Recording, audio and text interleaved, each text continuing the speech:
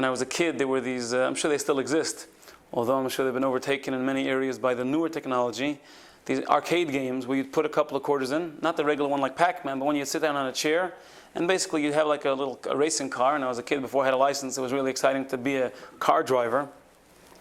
And you sort of drive, you can race against somebody else, you can race against the computer, and there's like 3 lanes on the road, and you're seeing in the car ahead of you, you have to go to the other lane, the middle lane, the last lane, you have to make sure not to get into any accidents. If you get into a virtual accident, you lose very quickly your real 25 cents. And the goal of the game essentially is not to get into an accident, meaning the journey is actually the goal. It's not like you get to the finish line and something happens. Yeah, okay, you get a computerized picture of a trophy. But understanding that life is very much like that. It looks nice and clean, and the highway looks so smooth, and the scenery is nice. And then suddenly at the very end, you see a little blip. And then as you get closer to the blip, you see the blip as a car, or 2 cars, or 1 car in this lane, another car in that lane, another car in that lane, and suddenly you're busy trying to weave between the cars in order to stay safe.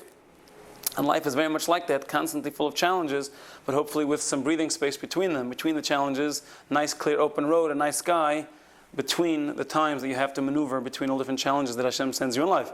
When a person understands that the road you're on is actually the goal, that really helps a person, because a person doesn't just feel they're frozen in a state of something till they get to where they have to go. They can enjoy and appreciate and learn from the experiences they have over the journey, which is the goal itself.